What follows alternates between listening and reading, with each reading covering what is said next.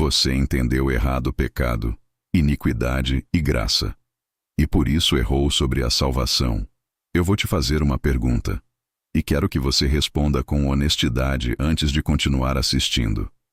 Você sabe o que é pecado? Não o que te ensinaram na escola dominical. Não o que o pastor repetiu no último culto. O que a Bíblia de fato chama de pecado. Porque se você é como a maioria dos cristãos que eu conheço, a sua resposta vai ser uma definição geral e vaga, que mistura coisas que a Bíblia nunca misturou. E essa mistura tem consequências sérias na forma como você se vê quando falha. Na forma como você vê o outro quando ele falha. E principalmente, na forma como você entende a salvação. Agora deixa eu te mostrar onde essa confusão começa. 1 João capítulo 1, versículo 8. O apóstolo João escreve: Se dissermos que não temos pecado, enganamo-nos a nós mesmos e não há verdade em nós. Todo crente conhece esse versículo. Ninguém discute. A carne é fraca. Todos concordam. Agora, o mesmo João. No mesmo livro. 2 capítulos depois. 1 João, capítulo 3, versículo 9. Aquele que é nascido de Deus não vive na prática do pecado. A maioria das pessoas lê esses 2 versículos e passa em frente. Mas quem lê devagar sente um peso, uma tensão. Como João pode dizer ao mesmo tempo que todo mundo tem pecado e que o nascido de Deus não vive no pecado? Alguns pregadores ignoram um dos lados. Outros criam uma teologia forçada que tenta encaixar os dois de qualquer jeito. Mas o problema não está no texto. O texto é preciso. O problema está no vocabulário que chegou até você. Porque João não estava usando a mesma palavra nas 2 ocasiões. Ele estava usando palavras completamente diferentes, com significados completamente diferentes. E quando o tradutor jogou as 2 no mesmo saco e chamou tudo de pecado, a tensão que você sentiu nasceu. Não da escritura, da leitura rasa. Se você já leu isso e sentiu um desconforto, você está no lugar certo. Porque esse desconforto é o sinal de que você está lendo com atenção. E a maioria das pessoas resolve esse desconforto da pior forma possível. Ou ignora um dos versículos. Ou cria uma teologia torta que tenta encaixar os 2 de qualquer jeito. Ou simplesmente para de pensar e aceita a contradição como mistério. Mas não é mistério. É precisão. A resposta para essa contradição está nas próprias palavras que João usa. Palavras que na tradução para o português viraram todas a mesma coisa, mas que no original eram palavras completamente diferentes, com significados completamente diferentes, com pesos completamente diferentes.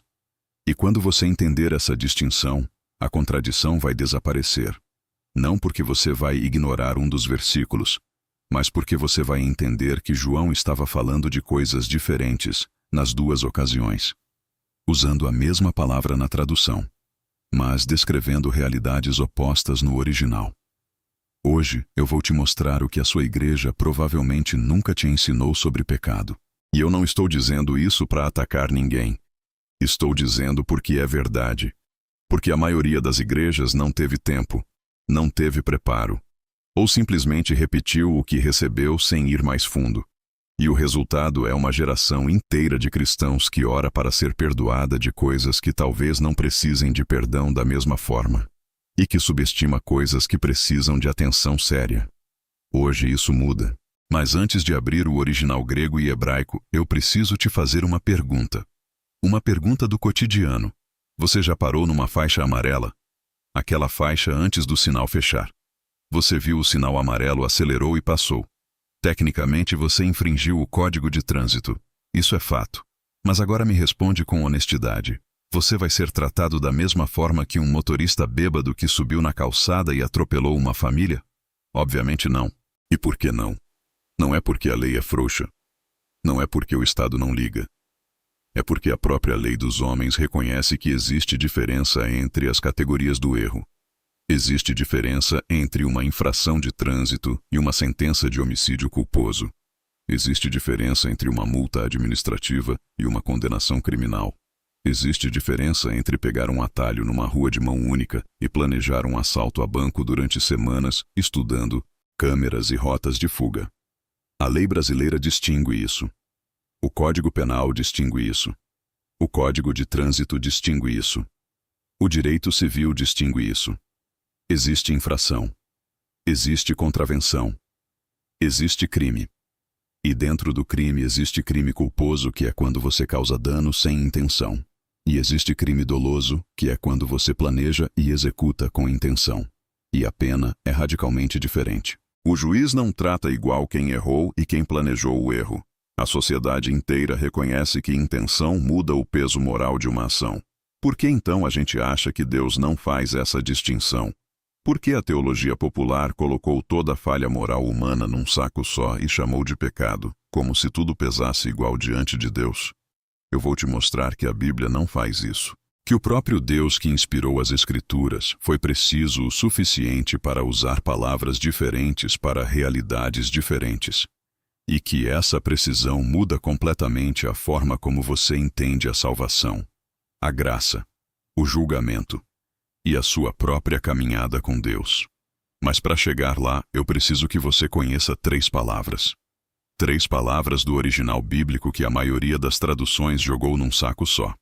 3 palavras que Davi conhecia muito bem, porque quando Davi pecou com Batseba, quando ele planejou a morte de Urias, quando o profeta Natã bateu na sua porta e disse: "Você é o homem", quando tudo veio à tona e Davi se prostrou diante de Deus, ele não orou com palavras genéricas, ele orou com precisão. Salmos 51, versículos 1 e 2. Apaga as minhas transgressões, lava-me completamente da minha iniquidade, purifica-me do meu pecado. 3 pedidos diferentes, 3 palavras diferentes. Davi não estava sendo poético para preencher o verso. Davi não estava repetindo a mesma coisa de formas diferentes para soar mais dramático. Ele estava reconhecendo 3 camadas distintas do que ele havia feito. 3 dimensões do erro que precisavam de tratamentos diferentes diante de Deus. E essas 3 palavras são a chave para entender a contradição de João. São a chave para entender Hebreus 10, 26, que assusta tanta gente. São a chave para entender por que a graça de Deus não é ingenuidade. São a chave para entender o que está realmente em jogo na sua caminhada espiritual. Então fica comigo. Porque o que vem agora vai mudar a forma como você lê a Bíblia. Não porque é novidade, mas porque estava lá o tempo todo. E ninguém te mostrou. Primeira palavra: pecado. Em hebraico a palavra é chata'a. No grego do Novo Testamento a palavra equivalente é hamartia. E o significado literal dessas palavras não é o que você provavelmente imagina. O significado literal é errar o alvo. Errar o alvo. Não maldade premeditada. Não rebelião consciente. Não traição planejada. Errar o alvo. Pensa num atirador numa prova de tiro. Ele se prepara, ele treina. Ele levanta a arma com cuidado, mira, concentra, prende a respiração e erra por 2 centímetros. Não porque queria errar. Não porque não se preparou. Não porque estava com raiva do alvo. Simplesmente errou. A mão tremeu. A luz estava ruim. O vento mudou no último segundo. Isso é pecado na sua forma mais básica, segundo o original bíblico. É a condição de todo ser humano que vive na carne. É a distância inevitável entre o que somos e o que deveríamos ser. Na linguagem jurídica seria equivalente a uma infração leve. Um erro de boa-fé. Alguém que assinou um contrato sem ler todas as cláusulas e acabou descumprindo uma delas sem saber. A responsabilidade? Sim. O contrato foi descumprido? Sim. Mas existe uma diferença enorme entre isso e uma fraude planejada por meses, onde o objetivo desde o início era enganar a outra parte. A lei reconhece essa diferença. O juiz reconhece essa diferença. E é exatamente disso que João fala, em 1 João capítulo 1, versículo 8. Se dissermos que não temos pecado, enganamo-nos a nós mesmos.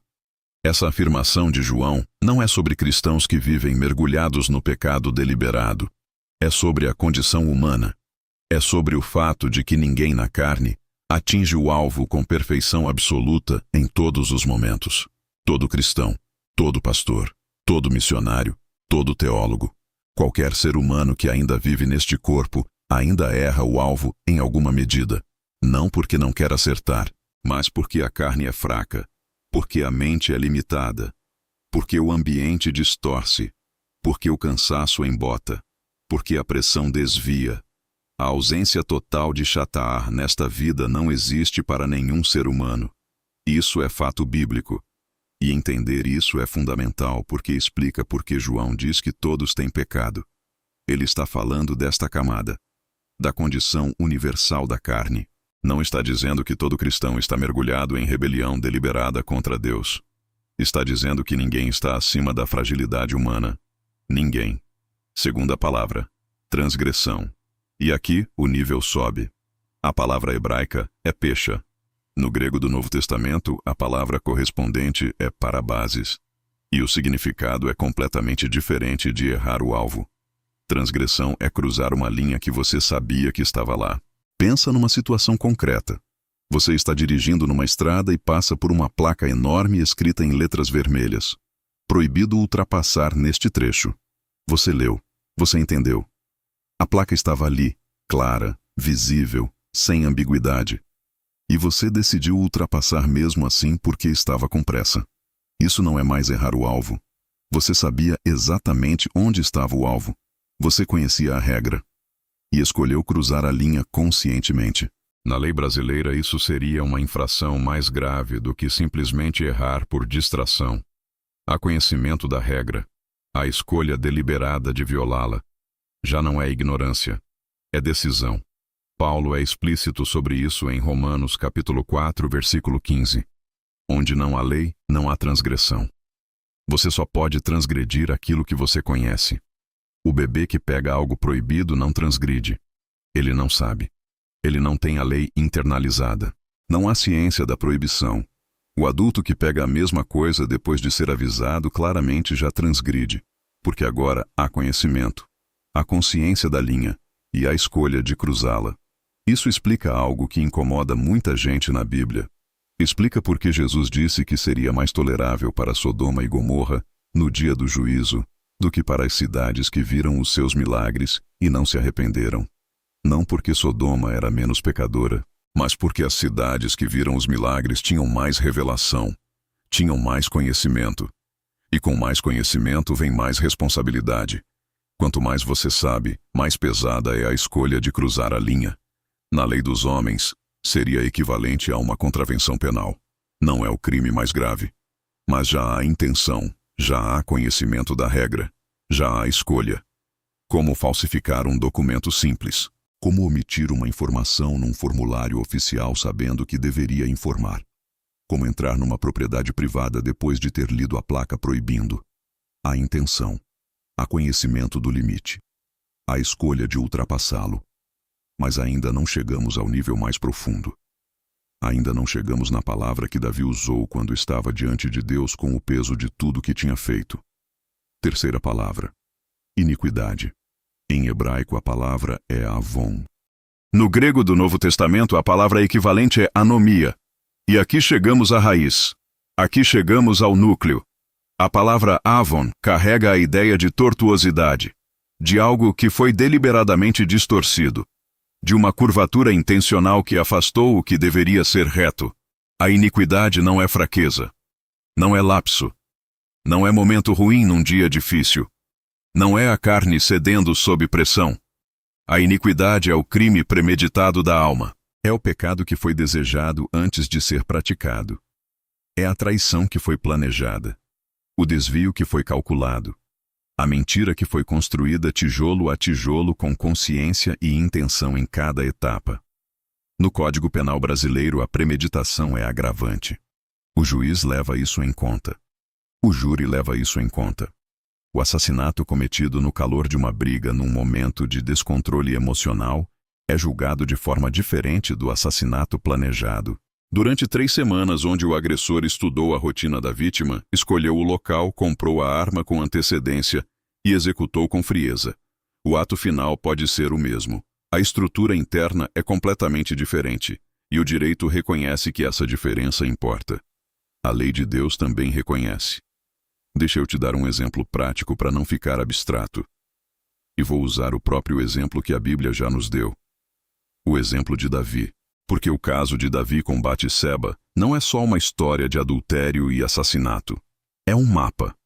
Um mapa que mostra os 3 níveis acontecendo em sequência dentro da mesma história, com o mesmo personagem, nas mesmas cenas. E quando você entender isso, nunca mais vai ler Salmo 51 da mesma forma. Era tempo de guerra. Os reis saíam para a batalha, mas Davi ficou em Jerusalém. Numa tarde ele se levantou da cama e foi caminhar pelo terraço do palácio. E de lá ele viu uma mulher se banhando. A mulher era muito formosa. Davi a viu. Isso aconteceu. Não foi planejado. Não foi buscado. Não foi o resultado de uma decisão prévia de se colocar numa situação de risco. Ele estava no seu palácio. Ela estava no seu pátio. Os olhos viram. Isso é Shata'ah, errar o alvo. A condição da carne que nenhum ser humano escapa. A fraqueza que se manifesta no momento de vulnerabilidade. Até aqui não há decisão. Há fraqueza. Há a carne sendo carne. E a carne luta contra o espírito, como Paulo diz em Gálatas 5. E se Davi tivesse lutado ali? Se tivesse se afastado do terraço? Se tivesse reconhecido a fraqueza e a entregado a Deus? Teria ficado no nível do Shata'ah. Teria errado o alvo, mas não teria cruzado nenhuma linha deliberada. Mas Davi não se afastou. Davi mandou perguntar quem era aquela mulher. E depois de saber que era casada, depois de saber que era a esposa de Urias o Heteu, um dos seus próprios guerreiros que naquele momento estava na batalha, arriscando a vida por ele. Depois de saber tudo isso, Davi mandou buscá-la. Esse é o momento da transgressão, do pecha, porque agora há uma linha visível, uma linha que Davi enxergou com clareza. Ela é casada, ela pertence a outro. Isso é proibido pela lei que Davi conhecia desde criança. E Davi escolheu cruzar essa linha. Não foi impulso cego. Foi escolha consciente de alguém que sabia onde estava a fronteira e decidiu ultrapassá-la mesmo assim. Isso é pecha. Cruzar a linha que você sabe que está lá. E então a história desce para o 3º nível. Batseba ficou grávida e Davi precisava esconder o que havia feito. Então começou a planejar. Chamou Urias de volta da batalha, esperando que ele fosse para casa e dormisse com a própria esposa, e a gravidez parecesse dele. Urias recusou por lealdade aos companheiros que ainda estavam em campo. Então Davi o embebedou. Urias ainda assim não foi para casa. E então Davi escreveu uma carta para Joabe, o comandante do exército. Uma carta ordenando que Urias fosse colocado na linha de frente, onde o combate fosse mais violento, e que os outros recuassem deixando-o exposto. E entregou a carta ao próprio Urias para levar. Urias carregou a sua própria sentença de morte nas mãos sem saber. Isso é Avon. Iniquidade. Arquitetura do mal. Planejamento deliberado do erro. Cada passo calculado. Cada saída bloqueada.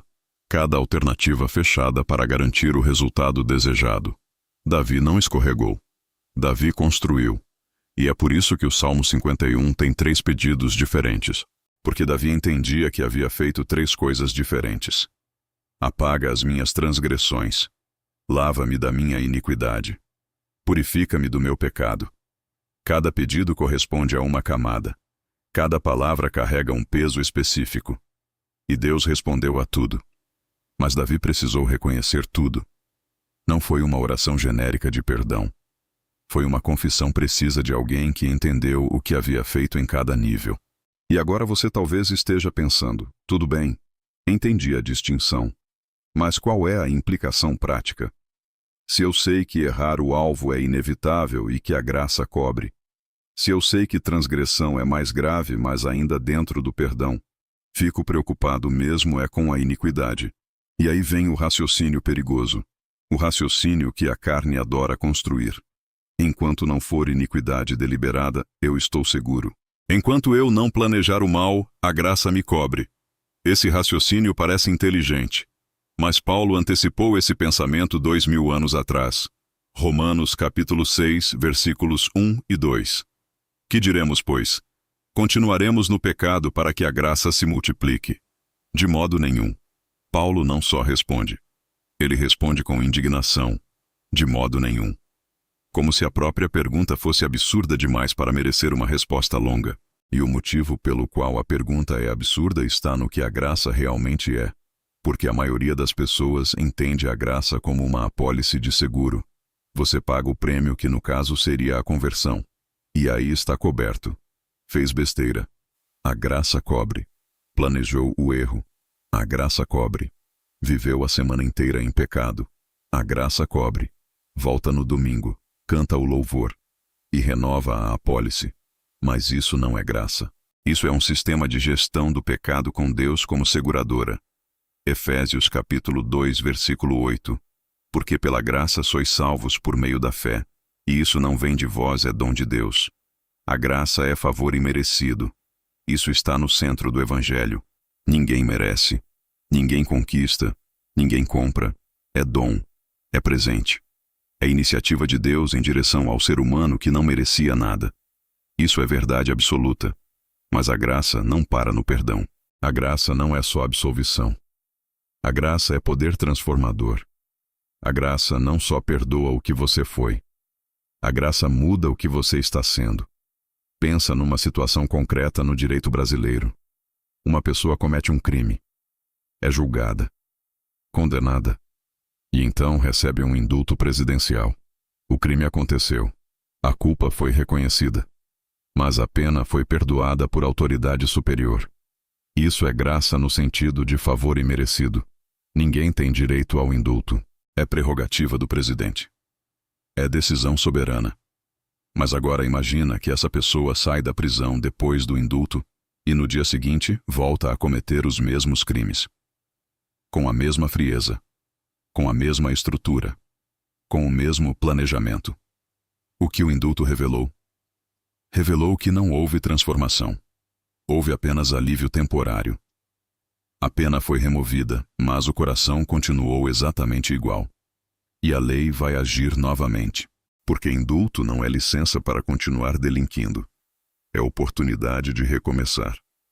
A graça de Deus funciona de forma semelhante, não porque Deus seja frio como um sistema jurídico, mas porque Deus enxerga o coração. E um coração que recebeu graça genuína e foi realmente transformado por ela, não usa a graça como desculpa para continuar construindo iniquidade. Usa a graça como fundamento para se levantar quando cai. Para buscar restauração quando falha, para continuar caminhando mesmo com as marcas das quedas. E aqui chegamos em Hebreus 10, 26. O versículo que assusta mais cristãos do que qualquer outro no Novo Testamento. Porque se pecarmos voluntariamente depois de termos recebido o pleno conhecimento da verdade, já não resta sacrifício pelos pecados. Muita gente lê isso e entra em pânico. Porque todo cristão já pecou depois de receber o conhecimento da verdade. Toda pessoa convertida já errou depois da conversão. Se esse versículo significasse o que parece significar à primeira leitura, então ninguém estaria salvo. Mas a chave está numa única palavra: voluntariamente. E no contexto original, essa palavra não está descrevendo o cristão que tropeça. Não está descrevendo o crente que luta e cai na sexta-feira e se levanta no sábado arrependido. Não está descrevendo quem tem fraqueza. Está descrevendo quem decide. Com plena consciência. Com conhecimento completo da verdade. Continuar na iniquidade. Construir a vida sobre o mal deliberado. Fazer do pecado uma escolha permanente e estruturada depois de conhecer plenamente o Evangelho. No direito penal existe o conceito de reincidência específica. Quando alguém comete o mesmo crime, repetidamente mesmo depois de ter sido julgado alertado e dado oportunidade de mudar o sistema, entende que não houve arrependimento real. Que houve, na verdade, uma escolha reiterada e consciente de continuar no mesmo caminho. O sistema trata esse caso de forma diferente. Aplica penas mais graves. Reconhece que há algo diferente acontecendo naquele coração. Não é fraqueza que não consegue parar. É escolha que não quer parar. A Bíblia aplica lógica semelhante. Não porque Deus seja um juiz frio que contabiliza erros em planilha, mas porque Deus leva a sério o que está no coração. E um coração que conhece a verdade e escolhe estruturar a vida na iniquidade, está dizendo algo sobre si mesmo que vai além de fraqueza. Está dizendo que a transformação não aconteceu. Que a graça foi recebida como apólice e não como poder. Que o nome está no batistério, mas o coração continua no mesmo lugar. E Hebreus também traz um alerta que precisa ser ouvido com atenção. Capítulo 3, versículo 12. Vede, irmãos, que não haja em qualquer de vós um coração mau e infiel para se apartar do Deus vivo. Apartar-se. Essa palavra é importante. Apartar-se não é tropeçar. Apartar-se não é ter uma semana ruim. Apartar-se não é o cristão que chora depois de cair e busca restauração. Apartar-se é processo. É endurecimento gradual. É a série de escolhas que vão tornando o coração cada vez mais resistente, cada vez mais distante, cada vez menos sensível à voz do Espírito. No direito civil existe o conceito de uso capião. Quando alguém ocupa um terreno por tempo suficiente sem contestação, sem que o proprietário original reivindique a posse, aquele terreno começa legalmente a pertencer ao ocupante. O abandono prolongado tem consequências jurídicas reais. O proprietário que nunca aparece, nunca reivindica, nunca contesta, acaba perdendo o que era seu simplesmente pela ausência. Espiritualmente, quando a iniquidade ocupa espaços da vida, sem ser contestada, sem ser combatida, sem ser entregue a Deus, ela vai se estabelecendo, vai criando raízes, vai endurecendo o coração camada por camada, até que a sensibilidade espiritual vai se tornando embotada.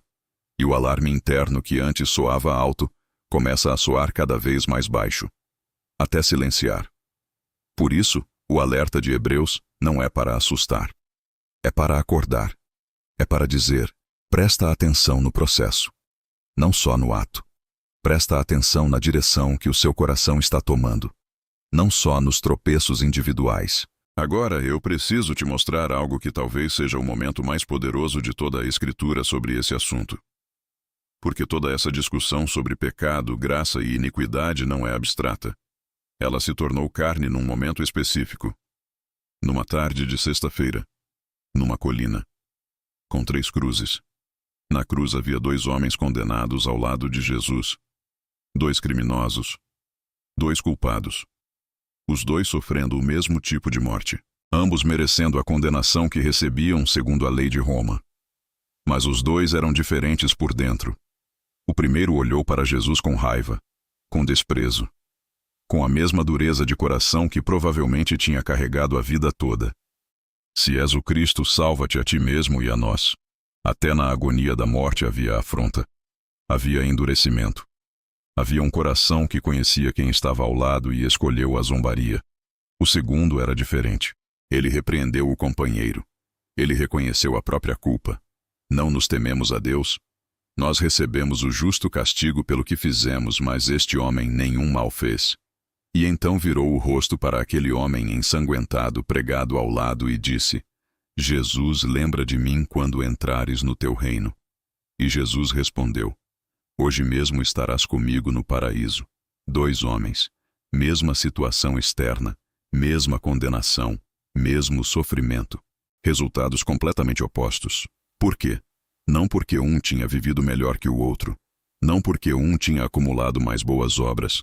Não porque um merecia mais do que o outro. Mas porque um respondeu à graça. Um reconheceu.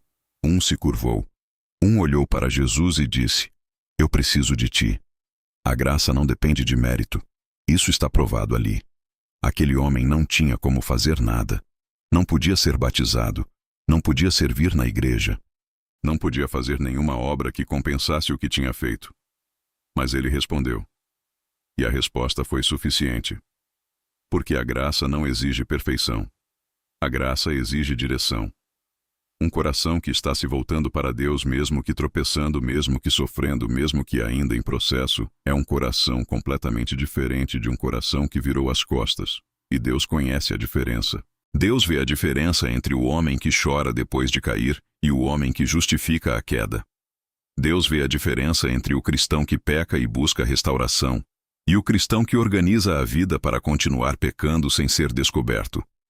Deus vê a diferença entre fraqueza e estrutura, entre lapso e estilo de vida, entre chata'a e avon, entre errar o alvo e construir para errar.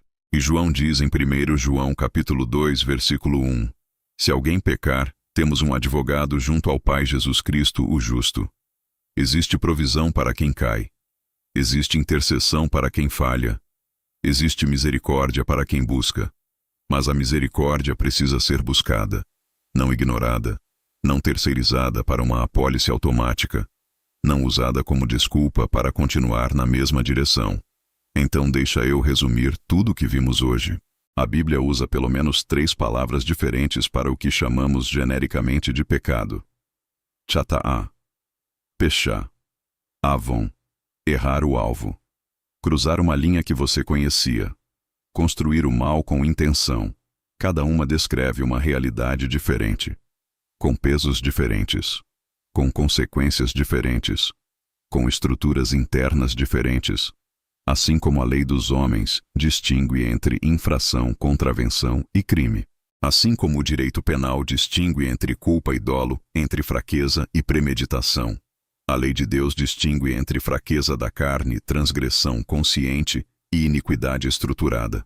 O cristão vive em batalha com a primeira camada. Às vezes, escorrega na segunda, mas não constrói a vida sobre a terceira. E a graça de Deus cobre o caído que se levanta. A graça caminha com o fraco que continua tentando. A graça sustenta o que reconhece que precisa ser sustentado. Mas a graça não é cobertura automática para quem decidiu que vai continuar construindo iniquidade e usar o nome de Deus como escudo. Porque Deus enxerga o coração. Sempre enxergou. Sempre vai enxergar. Então a pergunta final não é: você já pecou? Porque todos pecaram. Todos erram o alvo. Todos têm chata'a. A pergunta final é: onde está o seu coração diante do pecado? Você está lutando ou está construindo? Você está caindo e se levantando ou está caindo e justificando? Você está usando a graça como poder para mudar ou como desculpa para continuar? Porque existe uma diferença entre o homem que cai e chora e o homem que cai e ri. Existe uma diferença entre o cristão que peca e se envergonha e o cristão que peca e se orgulha. Existe uma diferença entre fraqueza e escolha, entre lapso e estilo de vida, entre pecado e iniquidade. E essa diferença revela o que está realmente no coração. Se isso te ajudou a entender a Escritura de uma forma que ninguém nunca te mostrou, então alguém que você ama pode estar vivendo com essa mesma confusão agora. Pode estar se condenando por coisas que são chata'a, achando que está perdido. Ou pode estar se iludindo com iniquidade, achando que a graça cobre tudo automaticamente. Compartilha esse vídeo com essa pessoa. Porque entender isso pode mudar a forma como ela se vê diante de Deus. E nos comentários me conta: você sabia que a Bíblia fazia essa distinção entre as 3 palavras? Ou foi novidade hoje? E qual das 3 camadas você acha que a sua igreja mais negligencia? Me conta. Porque esse é o tipo de debate que faz a fé crescer. E se você quer continuar estudando a Bíblia nesse nível, sem tradição, sem repetição, sem resposta pronta, me segue. E aqui não é repetição, é entendimento. Compartilha esse vídeo, se inscreva no canal e me conta nos comentários. Você sabia que a Bíblia fazia essa distinção? Ou foi novidade hoje? Qual a sua opinião a respeito?